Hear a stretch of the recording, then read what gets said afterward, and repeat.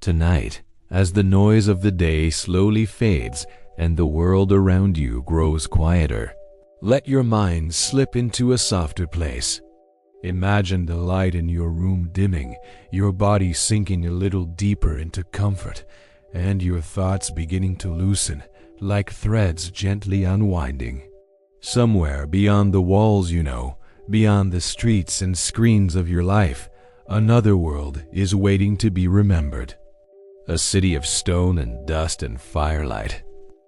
A city where sandals scraped across worn roads, where the smell of fresh bread and smoke floated through crowded alleyways, and where the sky at night was heavy with stars. Tonight, we are going to ancient Rome. Not the Rome of grand speeches and conquering armies, but the Rome of small, quiet moments. The Rome of early mornings, tired feet, whispered prayers, and ordinary dreams. As you listen, let yourself drift, knowing you don't have to hold on to every word. Just let the story move through you, slowly and softly, like a lullaby told across 2,000 years. Before we wander too far, take a slow breath in and a slow breath out. Allow your jaw to unclench, your shoulders to drop, your hands to rest. If your eyes aren't already closed, you can let them grow heavy whenever it feels right. As you settle in, if you feel like it, you can subscribe and join this gentle journey every night, but there's no rush, no pressure. For now, your only task is to rest, to listen, and to travel with me quietly into a different time. Picture Rome in the early dawn, just before the first hints of light touch the roofs of its crowded insulae, the tall apartment buildings that lean over the streets. The air is cool and a little damp. Most of the city is still asleep, but not all. Somewhere in a cramped upper room, a woman wakes before the sun. Her name could be Livia or Julia or something we will never know. She doesn't rise to the sound of an alarm. She rises because she has always risen at this hour. Her body knows the rhythm of her days by heart. The straw mattress rustles beneath her as she swings her legs over the side, feet finding the chill of the floor. In the dim light, she can just make out the figures of her children, still curled beneath worn blankets, breathing slowly, safe for now inside a small pocket of peace. Livia moves with the practiced care of someone who cannot afford to waste a single moment. Yet this early, everything feels slower, softened by the dark.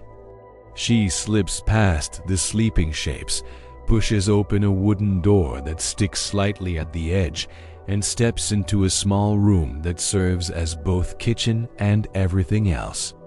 A cold clay jug waits for her. She pours water into a simple bowl, splashes her face, and lets the shock of it wake her fully. Outside, Rome is just beginning to stir. A cartwheel rattles in the distance. A dog barks once, then falls silent. Somewhere, a cock crows, short and sharp, announcing a day that will be like countless others. Down in the streets, the city is shaped by footsteps. A baker named Marcus has already been awake for hours. He stands near the heat of his stone oven, the fire glowing like a small, tamed sun in the darkness of his shop. The room smells of yeast and ash, of flour dust and wood smoke. His hands move almost without thought, pressing, folding, stretching the dough. This is his craft, but it is also his survival. People in Rome rely on bread the way they rely on air. It fills empty bellies, gives strength to tired bodies, and ties the entire city together in a quiet, invisible way. As the first loaves go into the oven, Marcus listens to the soft crackle of burning logs and the distant hum of a city about to awaken. He is one of the first to greet every Roman morning, and yet, like so many, his name will never be carved in stone. As dawn finally spills its pale light over the rooftops, the city of 1,000,000 lives begins to move. In a modest domus, a house owned by a citizen of some means, another morning unfolds. The floors here are not of rough wood, but smooth, cool mosaic. The walls are painted with scenes of gods and gardens, frozen in color. A boy of about 12 rises from his bed, rubbing sleep from his eyes. His name is Gaius. His life is very different from that of Livia's children, but his morning still carries the same simple truths. He is sleepy, a little cold, and not quite ready for the responsibilities waiting outside his room. A slave, older and quiet, brings him a basin of water, and Gaius splashes his face, trying to shake off the last clinging fragments of dreams. He dresses in a tunic, tying it with a practiced motion, and steps into the atrium, the central hall of the house. Sunlight filters down through an opening in the roof, landing on a shallow pool that reflects a slice of sky. This is one of Rome's small miracles, a piece of open heaven held inside stone walls. Gaius's father is already there, speaking with another man about business, taxes, trade words that float above the boy's head like something distant and heavy. For now, his world is still mostly lessons and games, scribbled wax tablets, and recited lines of poetry. Outside, the streets grow denser, fuller, as people pour out of doorways and alleyways. The sounds stack on top of one another, forming a living tapestry. The call of vendors, the clop of hooves, the squeak of wagon wheels, the sudden shout of a child weaving through the crowd. Rome's streets are narrow in many places, shadowed by the height of the buildings. Laundry hangs from windows, dripping slowly. Smells swirl together in the air: fresh bread from Marcus's bakery, sharp fish from the Tiber's edge, sweat and spices, smoke and damp stone. It is not always pleasant, but it is alive, and for the people moving through it, this is the only world they know. Livia wraps a simple cloak around her shoulders and makes her way down from the upper level of her insula. The stairs creak beneath her feet. She carries a small basket, hoping to buy just enough to stretch through another day. Some grain, perhaps a bit of oil if the prices are kind. Money is always a soft ache in the back of her mind. On the street, she blends into the crowd, one of many, and yet her worries, her hopes, are as singular and sharp as anyone's. She passes by Marcus's bakery, pausing for a moment as the warmth of the oven washes over her. She can't afford as much as she'd like, but she buys a small loaf, still warm, its crust cracking gently in her hands. For a brief instant, she lets herself savor the smell. Simple bread, simple comfort. As the morning stretches toward midday, the Forum comes alive. This is the heart of Roman public life, a wide space lined with temples, basilicas, and statues of men whose names are meant to be remembered. Marble shines under the sun, and voices rise in argument, trade, and performance. Lawyers stand beneath shaded porticos, their words polished and sharp, speaking for clients who hope to bend the law in their favor. Merchants haggle over prices, their hands cutting the air in practiced gestures. Orators test their voices before small crowds, each phrase shaped to catch and hold the ear. Gaius walks beside his tutor, a Greek man with thoughtful eyes and a quiet way of moving. Today, their lessons will not be confined to the house. Instead, they weave through the Forum, the tutor pointing out buildings, explaining their purpose, naming the gods whose temples rise in elegant columns. Gaius listens, half fascinated, half distracted by the sheer energy of the place. A group of soldiers passes by, their armor catching the light. A storyteller on a corner performs a myth with wide, sweeping arms. A tiny audience gathered around him, some laughing, some staring with open mouths. For Gaius, the forum is both a classroom and a stage, a place where the world feels large and layered. Not far away, in a shadowed alley behind the shining facades, a different scene plays out. A young man named Publius leans against a rough wall, stretching sore muscles.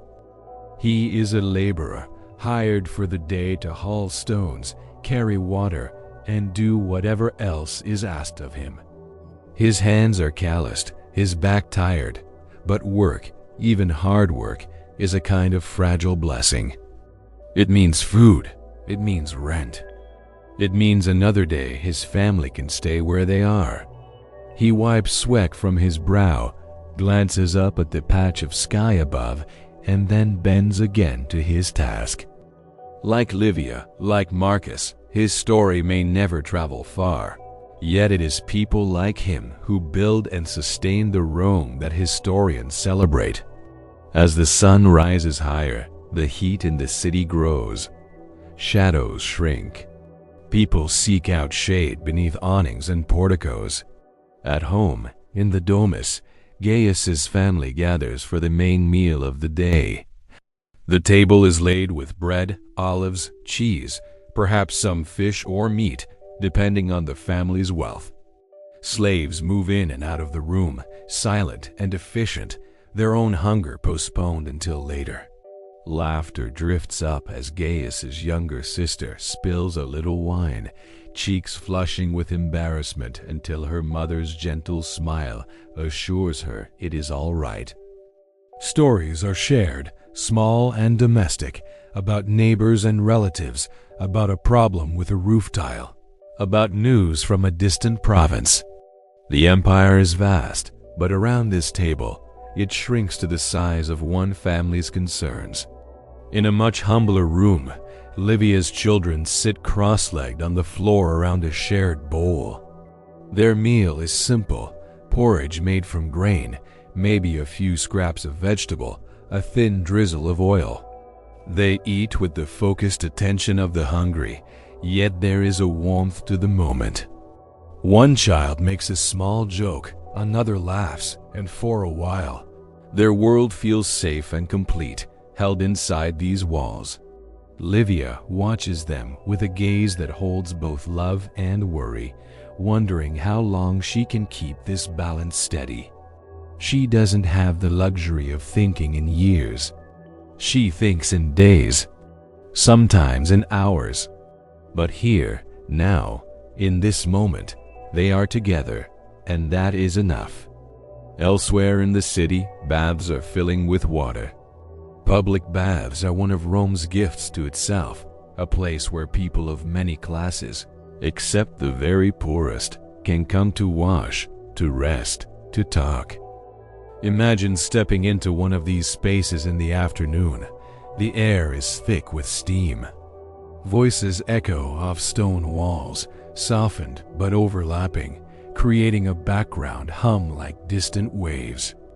Men recline on benches, talking about politics, business, theater, or simply gossip. Others sit alone, eyes closed, letting the heat soak into their muscles, washing away the aches of the day. Publius, after hours of labor, finally finds his way into a bathhouse. He moves through rooms of different temperatures, feeling his body adjust, his mind slowly unwinding. Here, for a short time, he is not just a worker defined by his tasks. He is a person among other people, carried by the same water, wrapped in the same mist. In this shared space, the sharp lines between rich and poor blur just a little. Everyone is stripped down to the same basic human form: skin, bone, breath, the quiet beating of a heart. As the afternoon tilts toward evening, the city's energy changes. The heat eases, the light softens. In the streets, vendors begin to pack away their goods, counting coins, calculating what the day has given and what it has taken. Children play in the remaining light, racing down alleys, their laughter bright and fleeting. In more luxurious homes, lamps are being lit. Wicks dipped in oil flare briefly, then settle into a steady, gentle glow. Shadows dance across painted walls, bringing the still figures of gods and heroes to a kind of false, flickering life. Gaius sits with his tutor, finishing his lessons. He recites a passage of Virgil, the rhythm of the Latin words rising and falling in the quiet room. Though he does not fully understand the weight of the lines, something in the sound of them soothes him.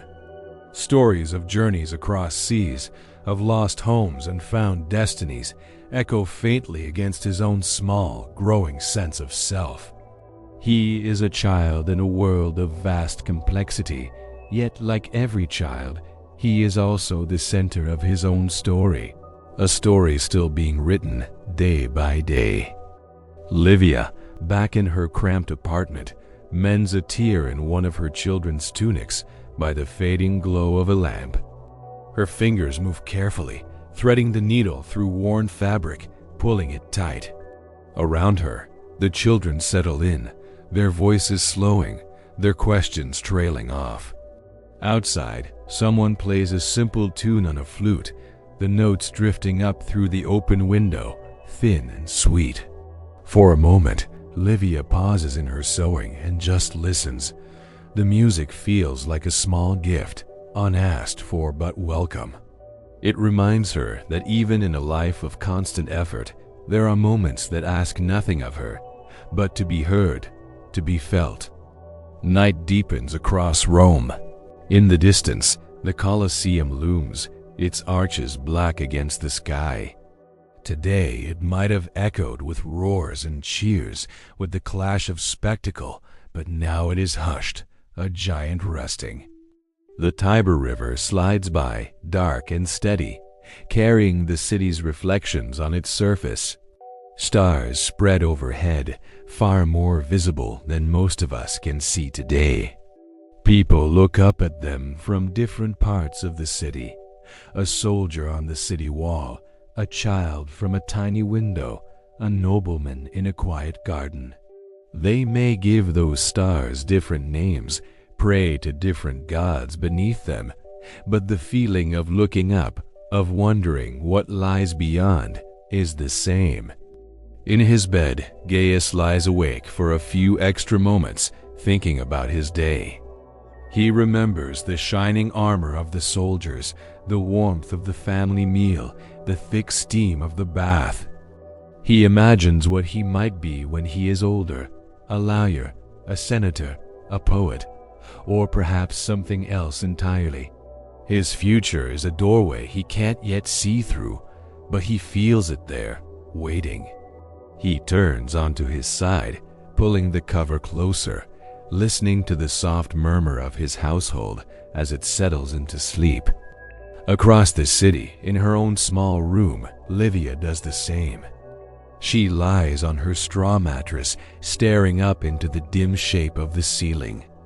Her day has been long and heavy, but her children sleep nearby, and that brings a quiet kind of peace. She thinks of tomorrow, of the bread she will need to buy, of the work she must find, of the rent that hangs over her like a shadow. Yet between these thoughts, there is also something gentler. Memories of her children laughing around the bowl of food, the brief moment with the music, the feel of the warm loaf in her hands. These are small lights in the darkness, but they are lights all the same. Marcus the baker cleans his tools, scraping flour and dough from the worn wooden surfaces. He knows he will rise again before the sun, as he always does. His life is tied to the cycles of the city's hunger and rest. As he steps out of his shop to close for the night, he looks up at the sky for a brief moment, feeling the cool brush of air against his face. Rome's sounds have softened now, thinned out, the city breathing more slowly, like a giant body sinking into sleep. Publius, exhausted from his work and his time at the baths, lies down in his small rented space. His muscles still ache, but in a dull, manageable way. He thinks of his family, perhaps in another part of the city or another town entirely. He wonders how they are, if they too are looking up at the same stars. The distance hurts, but it also connects them, stretching a thread of thought between them across the darkness. Slowly, one household at a time, Rome yields to the night. Lamps are pinched out. Doors are barred. Voices fade into whispers and then into silence. The city does not fall completely quiet. There are always footsteps, always someone awake, but compared to the chaos of the day, this is a softer, slower Rome. A Rome of dreams and gentle breaths. A Rome where all the layers of status and power are wrapped in the same darkness, where emperor and beggar alike must close their eyes and surrender, if only for a few hours, to the mystery of sleep. As you lie here now, listening from your own time, it might be easy to feel a distance from these people who lived so long ago. Their clothes were different. Their language was different. Their streets, their gods, their rulers all belonged to another world. And yet, beneath all of that, their lives were shaped by feelings you know very well. They worried about the future. They hoped for their children. They felt tired at the end of a long day. They laughed at small jokes. They found comfort in food, in warmth, in the presence of those they loved. They feared loss. They cherished safety. They looked up at the night sky and wondered what it all meant. When you think of ancient Rome, you might think of marble statues and triumphal arches, of famous names spoken in hushed tones. But tonight, in this quiet space, remember that Rome was also a city of soft voices in dark rooms, of hands reaching for one another in the night, of hearts beating steadily through fear and love and routine. Its history is not only written in stone and ink. It is also written in the unseen moments, like Livia's tired smile, like the warmth of Marcus's bread, like Gaius's sleepy eyes as he tries to recall a line of poetry, like Publius's sigh of relief as hot water eases the ache in his shoulders. As this day in ancient Rome comes to its gentle close in your mind, let your own day close with it. Feel the weight of your body resting where you are. Notice how the air feels around you, the way your chest rises and falls. You are separated from these people by centuries, yet you are also joined to them in the simple act of lying down at night, of letting go of the day, of trusting that sleep will come. The same stars that watched over them, in one way or another, watch over you. With each breath, you can let a little more of your own tension melt away. Let the worries of tomorrow drift to the edges, just for now. There will be time enough to face them when the sun rises again. For this moment, it is enough to rest, to float gently on this quiet river of stories, carried by lives that have already been lived. If your eyes are not closed yet, you can let them soften fully now. Let the last images of Rome, its streets, its baths, its flickering lamps, fade slowly into the darkness behind your eyelids. You don't need to hold on to them. They can settle in your mind like dust on an old stone, peaceful and still. You are safe. You are here. The day is done. And somewhere, in a city of memory and dream, ancient Rome sleeps beside you, its heartbeat echoing faintly across time, steady and calm as you drift toward your own quiet, timeless rest. By the time the first pale light of dawn touches the rooftops of Rome, the city is already breathing. Not loudly, not yet, but with a soft, steady rhythm, like someone just beginning to stir from sleep. In a cramped apartment high above a crowded street, a woman's eyes open before the sun does. The room is dim, lit only by the faint gray glow seeping through a small window. The air is cool and still. For a moment, she lies there, listening. Below her, somewhere on the floor beneath, a baby gives a short, sleepy cry. A cart rattles faintly in the distance. A neighbor coughs, then falls silent again. Rome is waking up, one sound at a time. She pushes aside a thin blanket, her feet finding the worn, familiar floor. The wood creaks softly under her weight, a sound she has heard every morning for years. Around her, her family sleeps the way most families here do, close together. A child rests with an arm flung across a bundle of cloth. Her husband lies on his side, face turned toward the wall, his breathing slow and deep.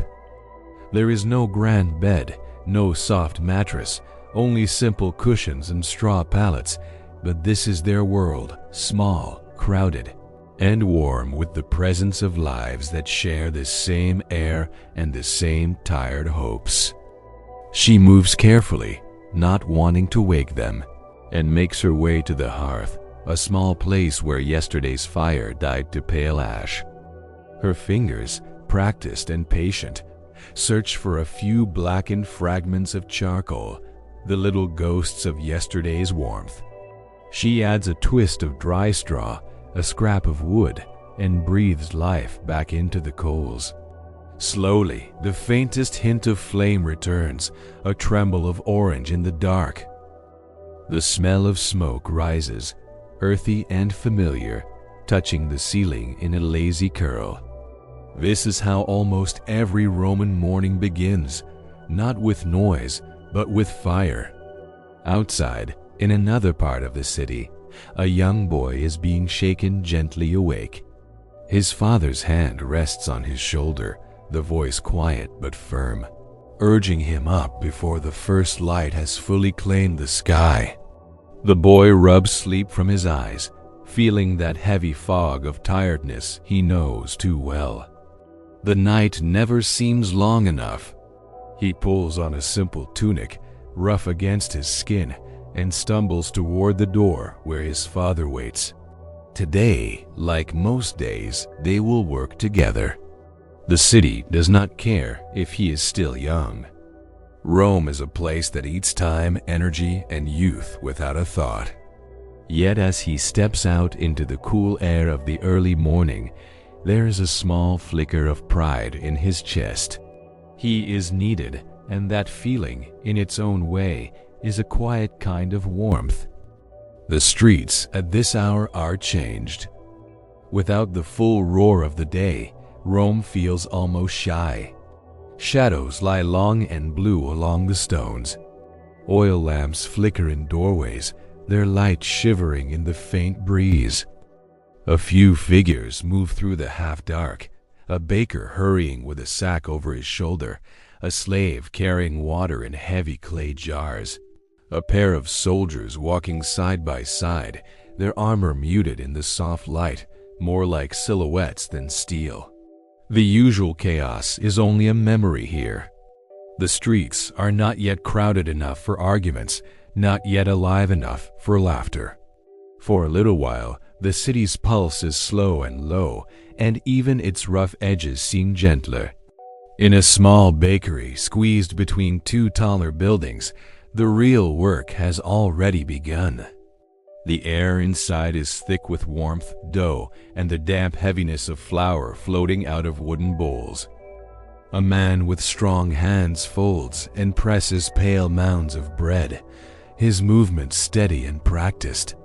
His arms are dusted in white, his brow already shining with sweat despite the cool morning.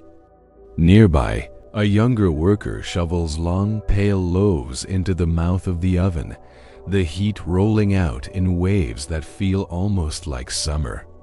The oven light glows like a sunrise trapped in brick. Outside, most of the city has not tasted breakfast yet, but when it does, it will taste this man's work, this quiet effort begun before most eyes were open. Not so far away, in a much grander house with marble floors and painted walls, another kind of morning is unfolding. The room is wide and airy, the ceiling high, the bed more spacious and soft than most people in the city will ever know. A wealthy Ramang, wrapped in light covers, slowly opens his eyes. He is not rushed. No urgent voice calls him from sleep. Scenes from myths and legends look back at him, heroes, gods, and creatures that most people only hear about in stories. His world is padded with comfort, but even here, morning has its own familiar weight. Servants move quietly in the background, footsteps subdued.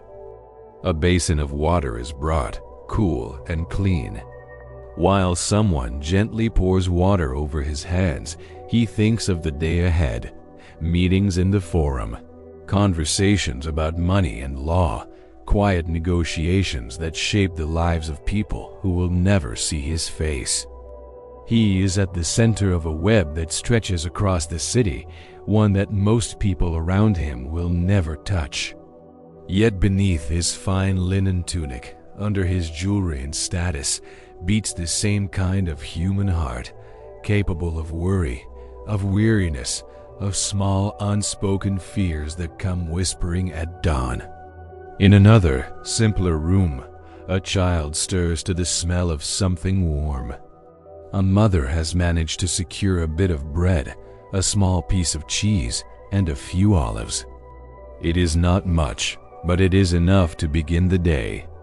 The child sits up, hair tangled, eyes half closed, and reaches for a bite.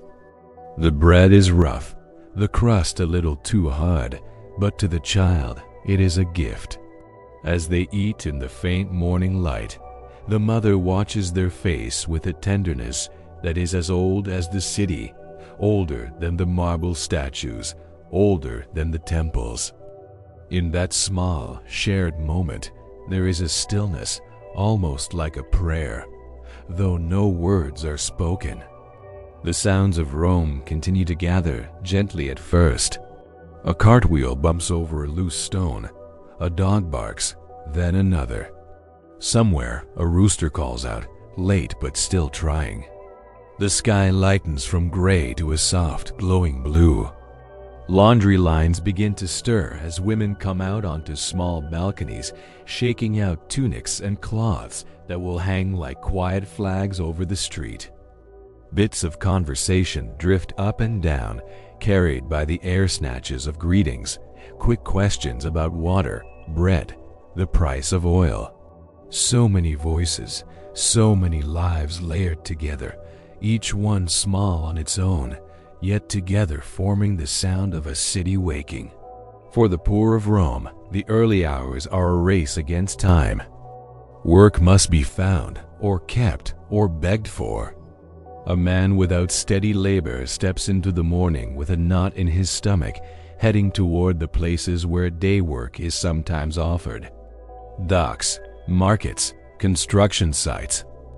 He does not know if today will bring coins or hunger, if his children will eat well or only just enough. This silent uncertainty walks beside him like a shadow. But as he moves through the streets, he is not alone. Around him are so many others with the same tightness in their chest, the same questions pressing on their minds. Together, they form an invisible river of quiet hope and quiet fear, flowing through the bones of Rome. The rich, the powerful, the comfortable, they begin their mornings differently. Some wake to soft music played on simple stringed instruments. Some are greeted with bowls of fruit and honey, with warm bread already cut and waiting. They speak of politics, of trade, of distant battles and shifting alliances, but beneath all of it, they are also deciding how their day will ripple outward. Their choices, made over calm conversation and food, will touch the lives of people they will never see. The gap between marble and mud is wide, but it is still crossed every day by the same rising sun. In a small courtyard behind a modest home, a woman tends to a handful of herbs in cracked clay pots. The plants are simple mint, thyme, perhaps some rue, but these quiet green things are precious. She plucks a few leaves, careful not to take too many, and presses them between her fingers. The scent rises sharp and clean, a tiny luxury in a world of dust and smoke. She plans their use carefully, a bit to season a stew, a bit for medicine if a child falls ill. In this small act of tending, of growing, she makes her own kind of safety, as if each leaf is a soft promise that not everything in life is harsh and uncertain. As the sun finally lifts itself over the horizon, light spills across the city, touching tile roofs, stone walls, and open courtyards. Shadows shorten. The pale blue of the sky deepens. The gentle liminal hour between night and day begins to fade, and with it, the softness that held Rome for just a little while. Soon, the streets will swell with people. Soon, the shouts of merchants, the clash of wheels, the surge of bodies will make it hard to remember how quiet everything once was. But for a few more breaths, there is still time to linger in this in-between. Somewhere, a teacher gathers a few boys in a shaded corner, the wax tablets and styluses ready for the day's lesson. Sleep still clings to their eyes, and they shift restlessly, more interested in the world outside than the words inside. Yet here, in these soft, sleepy moments at the edge of morning, futures are being shaped in ways no one can see yet. The letters they trace now will become the words they argue later, the laws they write, the stories they pass down. Knowledge in Rome is not spread evenly, but wherever it takes root, it changes everything. High above the noisy heart of the city, on a rooftop where someone has laid out a few blankets, an old man sits with his back against a low wall, watching the last fading stars. He has lived through many mornings like this. He has seen emperors come and go, fashions change, roads built and broken. Yet the one thing that has never changed is this gentle turning from night into day, from silence into sound. As the light grows, he closes his eyes and lets the warmth touch his face. He thinks of the way each day rises the same, whether you are rich or poor, young or old, free or bound. Morning does not ask who you are. It simply arrives. And so, as the city fully wakes and the hum of daily life begins to grow louder, we hold on to this softer version of Rome just a moment longer. The whispered conversations, the shared bread, the first crackle of fire, the quiet walk down a nearly empty street, all of it is part of the hidden rhythm of this ancient place. Beneath the marble arches and the towering columns, beneath the legends and the laws, Rome begins each day just like this, with sleepy eyes, tired hands, and hearts that carry both worry and hope. As your own eyes grow heavier and your breathing slows, you might feel a strange sense of closeness to those distant mornings. To the mother packing a small meal, to the boy hurrying beside his father, to the baker leaning into the heat of the oven, to the old man on the rooftop watching the sky change color. Across the vast stretch of time, you and they are not so different. You share the same fragile need for rest, the same wish for a gentle tomorrow. And as Rome steps fully into its day, you are allowed to move in the opposite direction, into stillness, into softness, into sleep. If you're ready, you can let these images of early Rome drift to the back of your mind now, like fading lanterns on a quiet river. Your day is ending as theirs begins. Their footsteps grow softer, their voices blur into a distant murmur, and the city's light recedes to the edge of your thoughts. All that remains is the steady, calming awareness that people, everywhere and always, have faced mornings and nights with the same quiet courage. You can rest now, knowing that even in the greatest of ancient cities, life was made of small, gentle moments, just like this one. The sun has climbed a little higher now, tilting its light into the city so that every stone, every rooftop, every hanging piece of laundry catches a faint golden edge. Rome is fully awake, yet from a distance it almost looks peaceful, like a painting. But down in the streets, life is moving in steady human waves. This is the hour when work settles into its rhythm, when the city's heart stops fluttering and begins to beat with slow, constant strength. In a narrow alley that smells of damp stone and last night's smoke, a young boy hurries beside his father, trying to match his pace.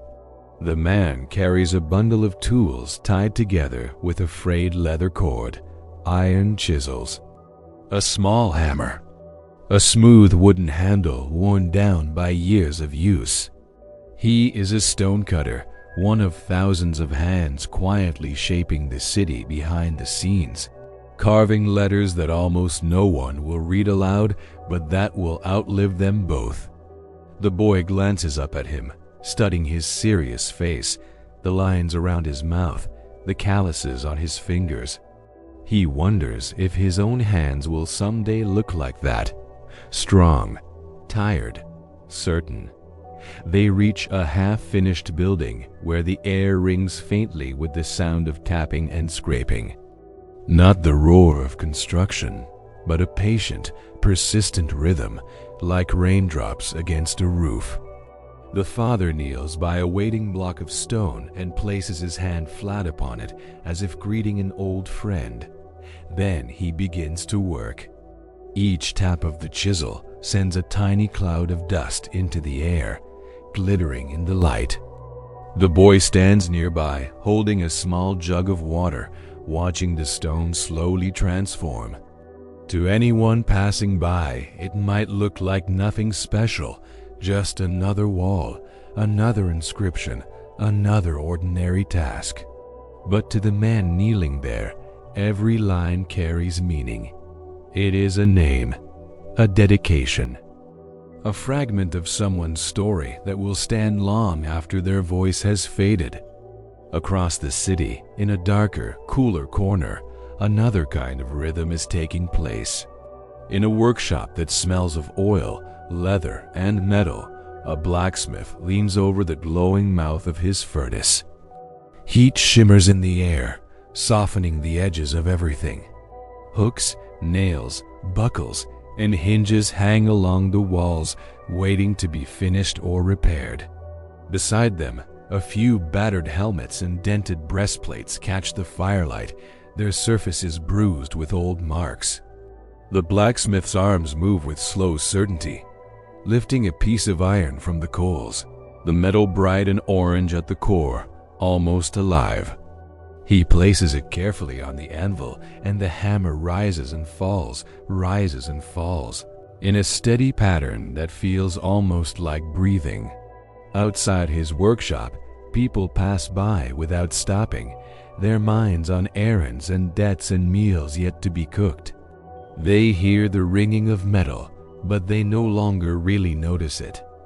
It is part of the city's background music, the sound of work that never truly ends. Yet for the blacksmith, each strike is deliberate. This hinge will hold a door that shelters a family. This nail will secure a board in someone's home. This simple tool will make another person's day just a little easier.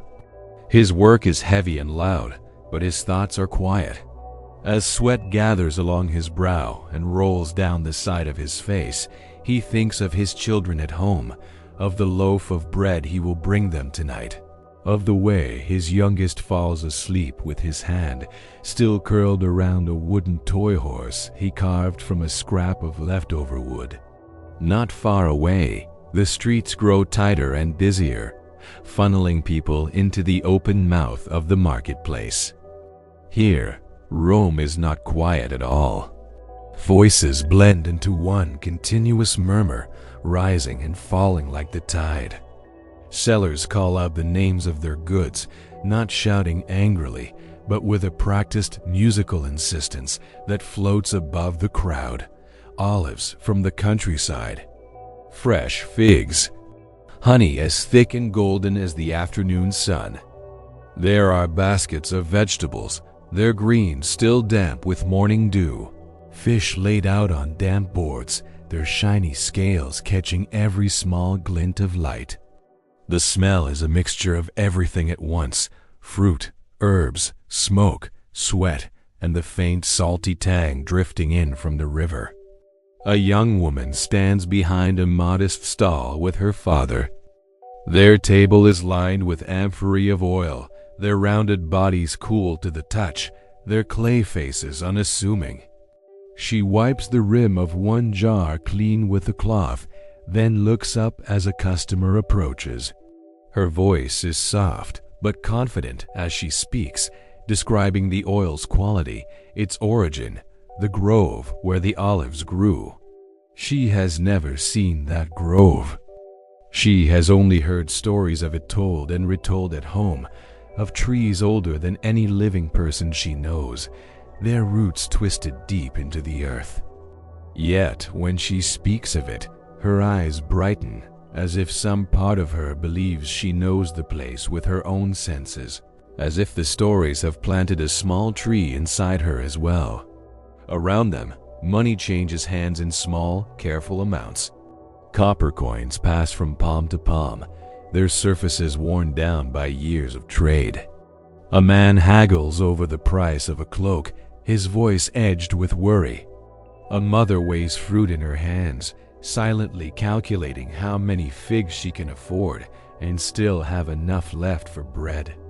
A baker, his apron dusted with flour, pauses for a moment to stretch his aching back and stare absent-mindedly toward the sky. No one here is especially powerful. No one is the subject of a triumph or a poem.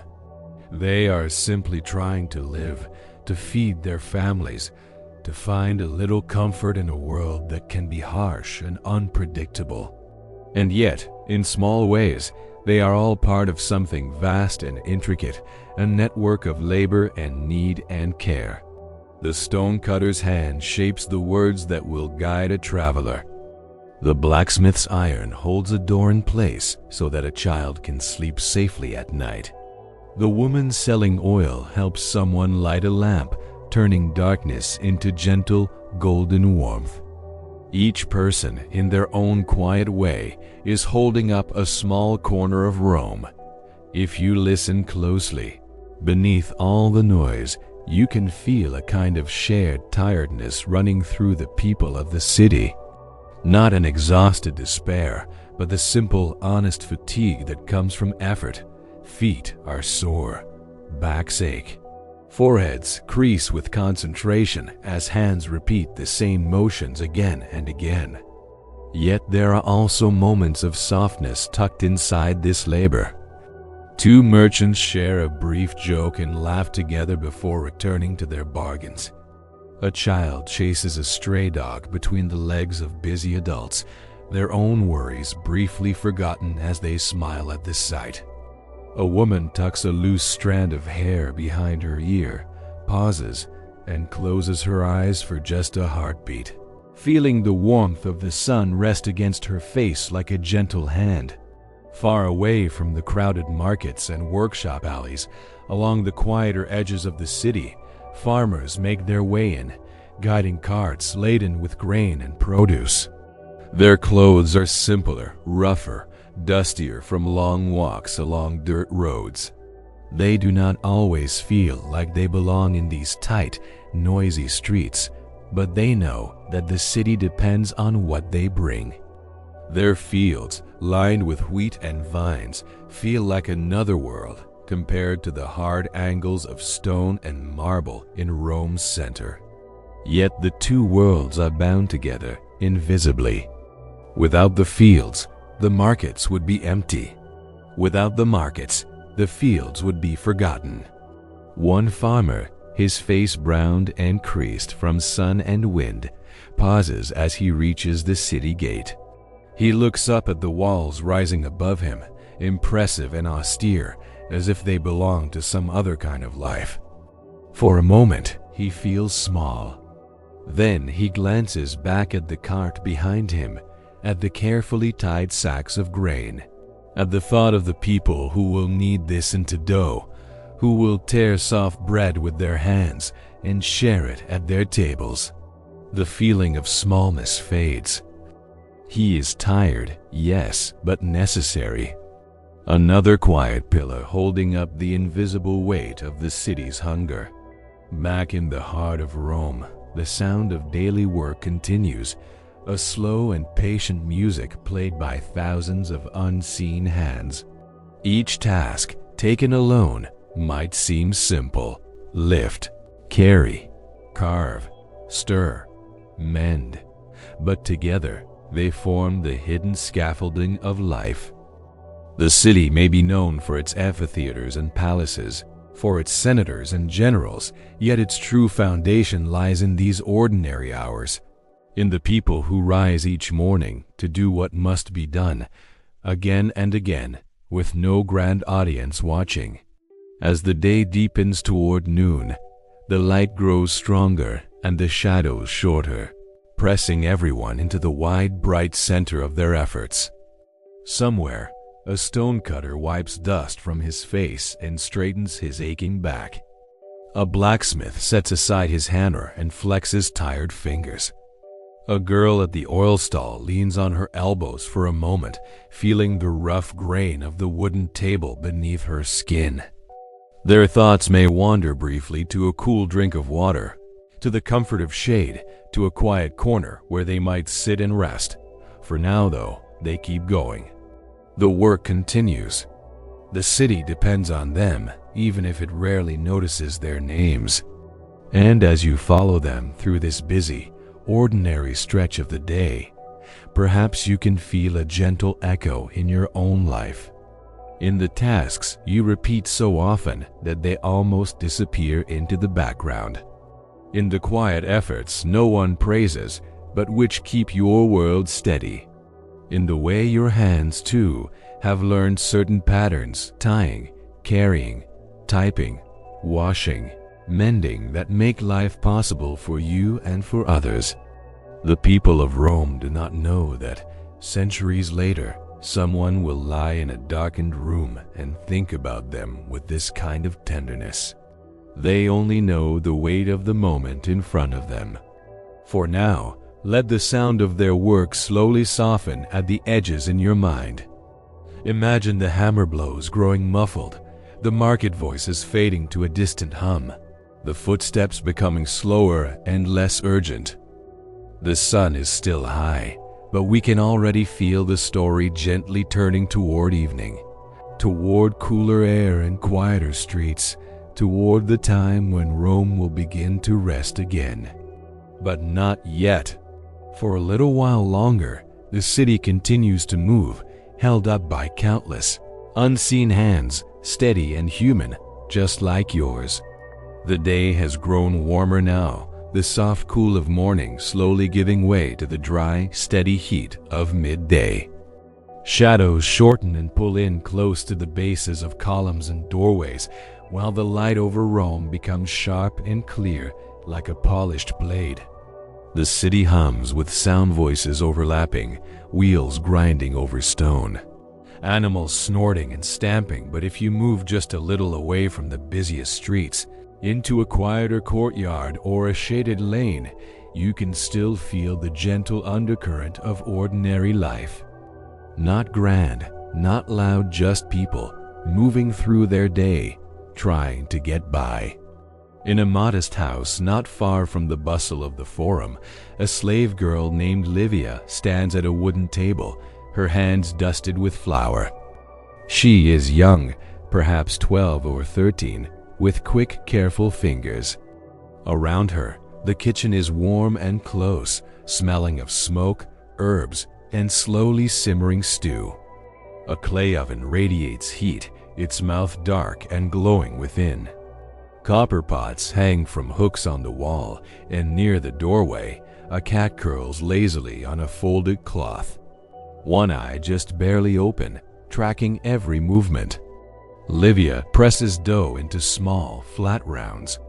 Each one must be nearly the same size, too thick, and they will not cook evenly. Too thin, and they will burn.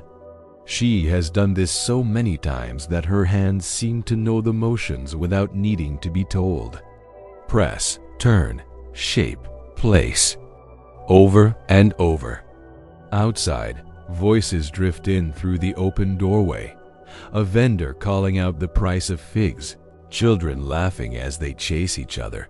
Someone arguing about the cost of olives. Life outside feels wild and free, like a river rushing past. Life inside the kitchen is ordered and contained, defined by tasks and expectations. The mistress of the house, a woman named Claudia, stands nearby, checking on a pot of lentils bubbling gently over the fire. She lifts the lid, stirs with a wooden spoon, then tastes a bit of broth, blowing on it lightly to cool it. Her tunic is simple but well kept, and a thin strand of gold glints at her neck. She has more freedom than Livia, yet her life too is full of duties. Managing the household, keeping track of food and supplies, making sure the slaves work but do not break. She glances at the girls' work with a practiced eye. "A little thinner," Claudia says softly, not unkindly. "They will bake faster," Livia nods, saying nothing. She presses the next piece of dough a bit more carefully, feeling the weight of attention on her hands. She knows the unspoken rule here: do things well and the day moves smoothly. Make mistakes and the air grows tight and dangerous. She has learned to listen to footsteps, to the tone of voices, to the slightest shift in mood, the way some people can read the weather in the sky. In the corner of the kitchen, a large clay jar of water stands cool and heavy. Next to it, on a shelf, rests a small household shrine, a lararium, where little painted figures of guardian spirits Lares watch over the home. A tiny dish with a few offerings sits before them, a bit of bread, a few drops of wine from the night before. Earlier that morning, Claudia's husband, Marcus, had paused there before leaving, touching the edge of the shrine and murmuring a brief prayer for protection and success in the day's business. Now, as the kitchen buzzes quietly, the figures simply look on, unblinking. From another room, the muffled sound of a child's voice carries in. Claudia's young son, Gaius, calls out, bored and impatient, "Mother, when is the meal? I'm hungry." His words tumble through the doorway in a long, dramatic sigh.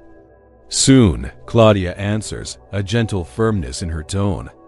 "Go read your tablet. Practice the letters your tutor gave you." Gaius groans in response, but his footsteps retreat, the soft slap of bare feet on the floor fading away. Livia can picture him clearly, even without seeing him, sitting near the window, sunlight on his hair, frowning at his wax tablet as he traces letters with a stylus, his mind already drifting to games, to toy soldiers, to races in the street with friends. In the kitchen, the rhythm continues. Claudia kneels by the fire to adjust a log, sparks jumping briefly as the wood settles.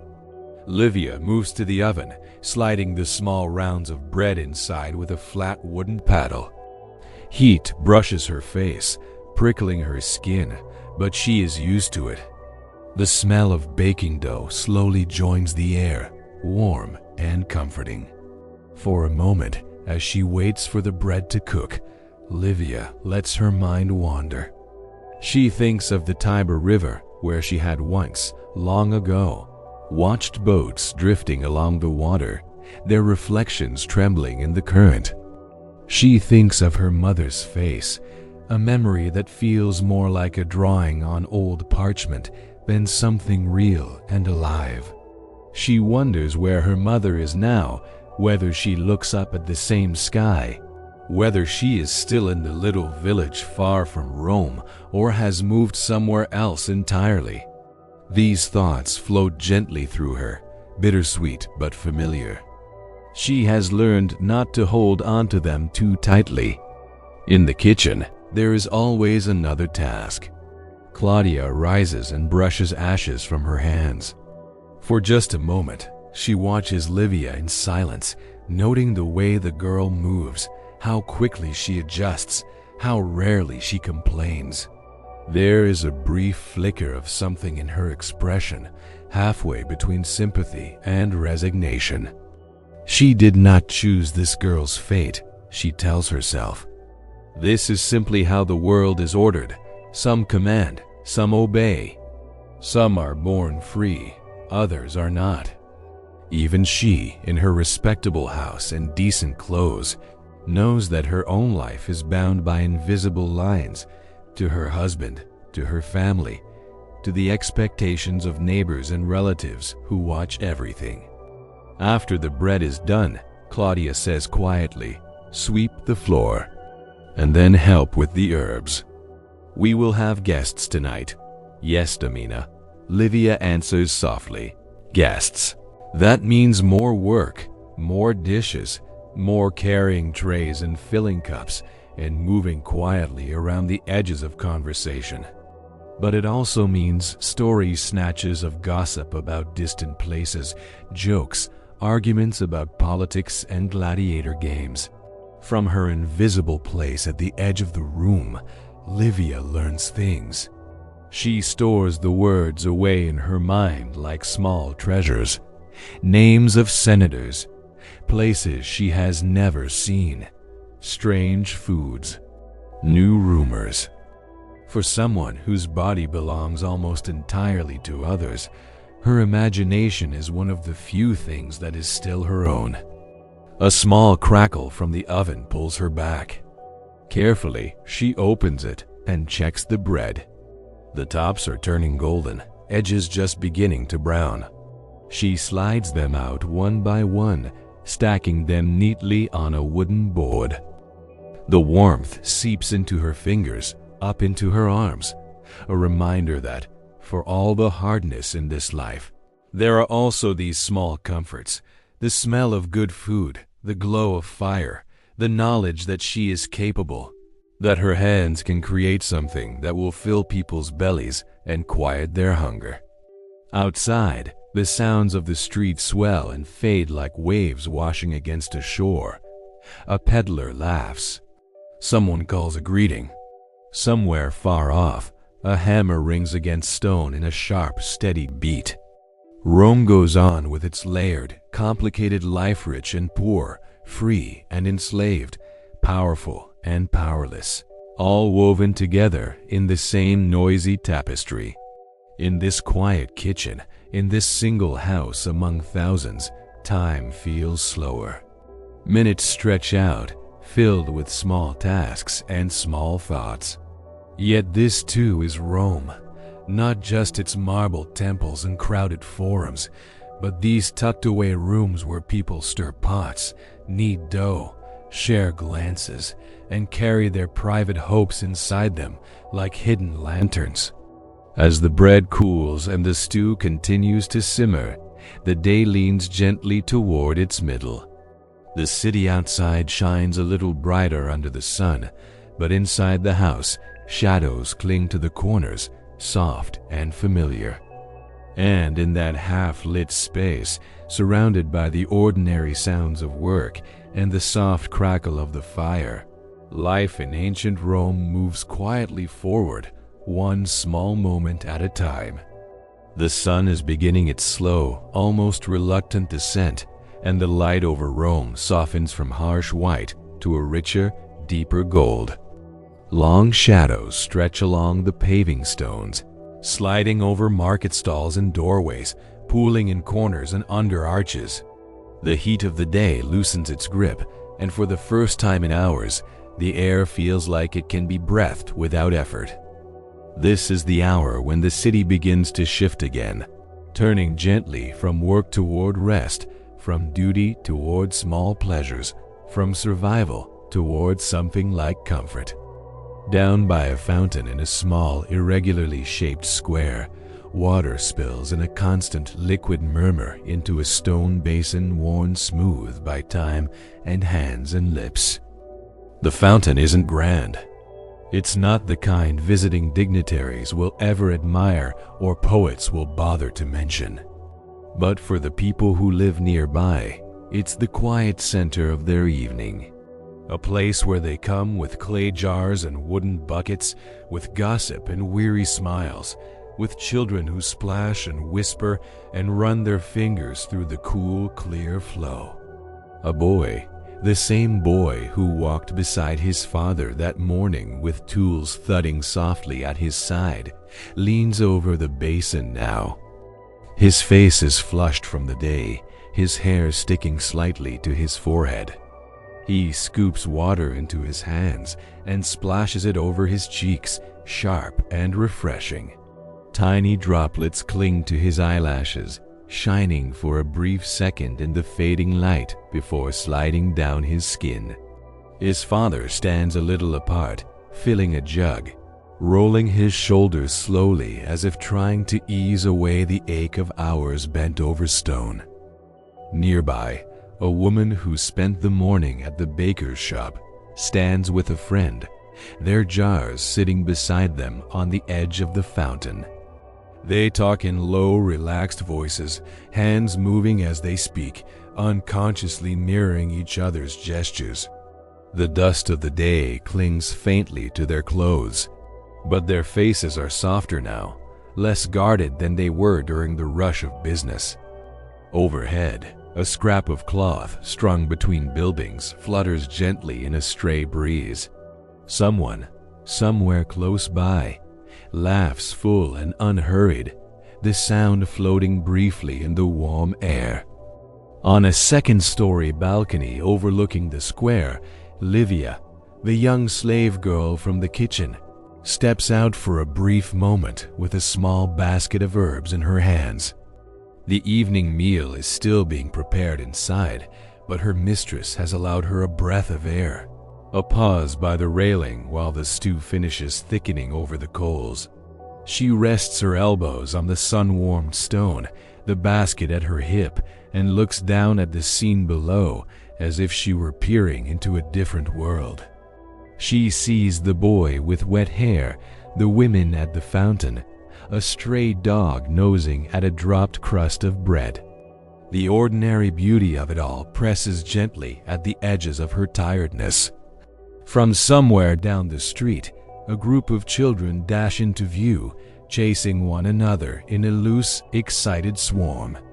Their bare feet slap against the stones, leaving small, dusty footprints. One child carries a stick with a scrap of fabric tied to the end, waving it high as if it were a banner of some imaginary kingdom. Another holds a small clay toy, a crude, chipped figure that has clearly survived many games and falls.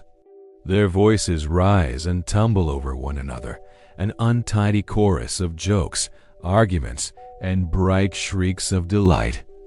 An elderly man sits on a low stool near a doorway, his back against the wall, watching the square with a calm, steady gaze. His hands rest loosely on his knees, fingers stained with ink from the letters he copies by day. Now, in this gentle hour, he lets his mind float. He watches the sunlight catch on water, on hair, on polished jug handles. He watches the way people move when they are no longer rushing, how their shoulders drop, how their steps slow, how laughter comes more easily. He feels, in his bones, that he has seen this same evening 1,000 times, and yet it never quite loses its quiet magic. The sky above the city begins to shift color, from pale blue toward a softer, deeper shade. A faint hint of pink gathers at the edges of a few high, thin clouds.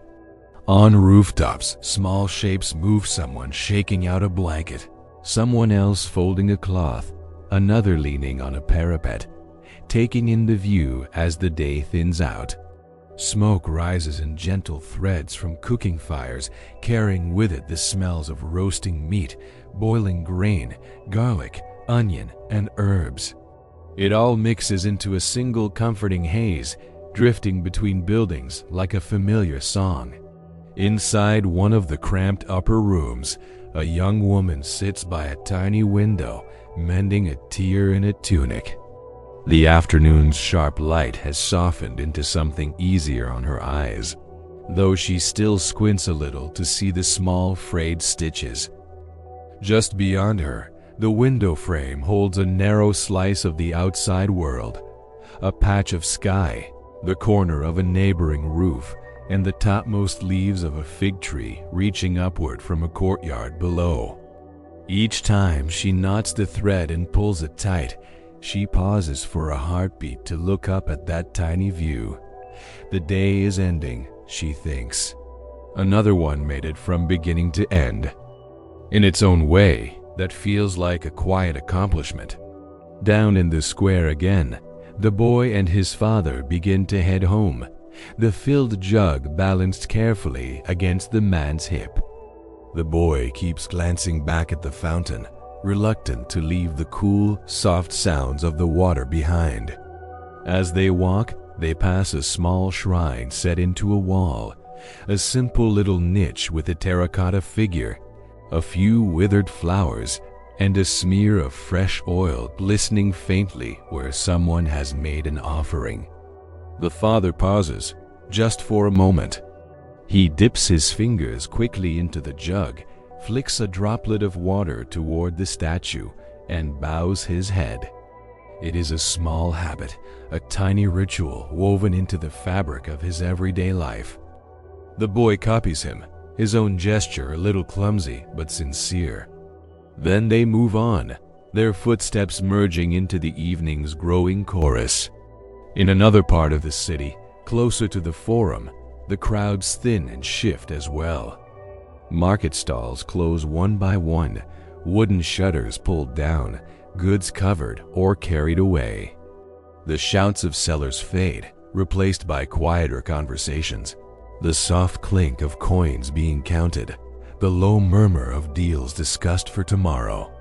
A woman tucks the last of her unsold vegetables into a basket, wrapping them carefully in cloth so they will last the night. A man gathers up the small wooden figurines he carved, stacking them neatly in a box.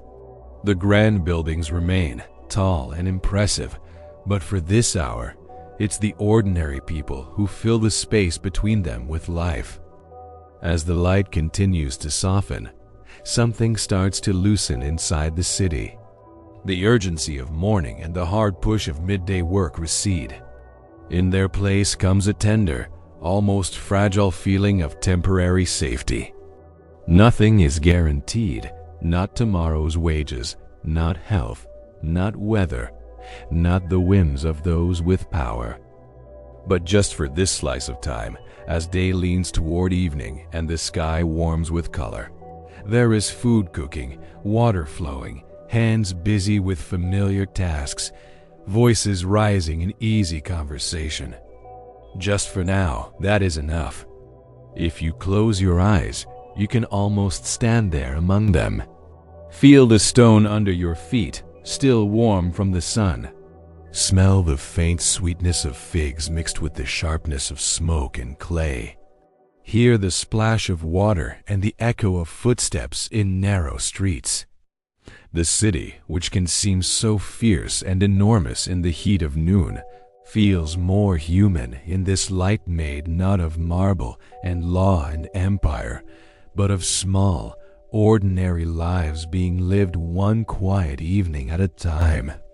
Slowly, the boy and his father disappear around a corner. Livia steps back from the balcony and returns to the kitchen, carrying the scent of open air with her for just a moment.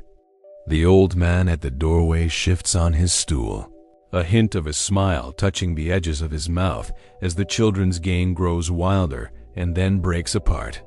The fountain keeps flowing, steady and unchanged, as people come and go, filling their jars and their moments before the true darkness of night begins to gather. And above it all, the sky deepens another shade, as if the world is taking a long, slow breath, holding it and waiting gently for whatever comes next.